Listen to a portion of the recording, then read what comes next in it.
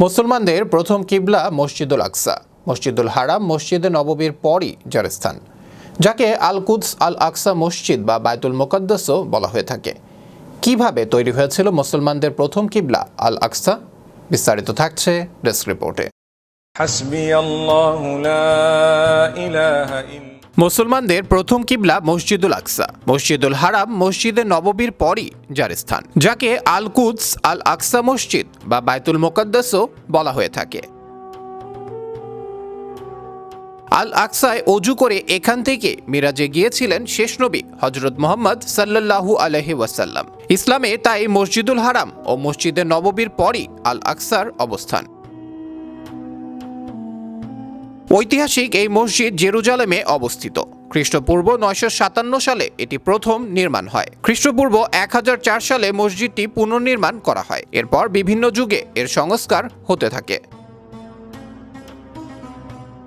এতে দুটি বড় এবং 10টি ছোট গম্বুজ রয়েছে। আল আকসা নির্মাণের বিভিন্ন পর্যায়ে স্বর্ণ, সীসা ও মার্বেল পাথর ব্যবহার করা হয়েছে। এর আয়তন 3500 বর্গমিটার। মসজিদটি 35 একর জমির উপর নির্মিত।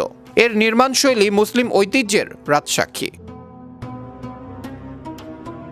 হাদিস থেকে জানা যায় আল আকসা মসজিদ কাবা শরীফ নির্মাণের 40 বছর পর নির্মিত হয়। পরে আল্লাহ তাআলা হযরত ইয়াকুব আলাইহিস সালামকে নির্দেশ দিলে তিনি তা পুনর্নির্মাণ করেন। তার প্রায় 1000 বছর পর হযরত দাউদ আলাইহিস সালাম মসজিদুল আকসার পুনর্নির্মাণ শুরু করেন, যদিও তিনি তা শেষ করতে পারেননি। তার ছেলে হযরত সুলাইমান আলাইহিস সালামের হাতে বায়তুল মুকাদ্দাসের সংস্কার শেষ হয়।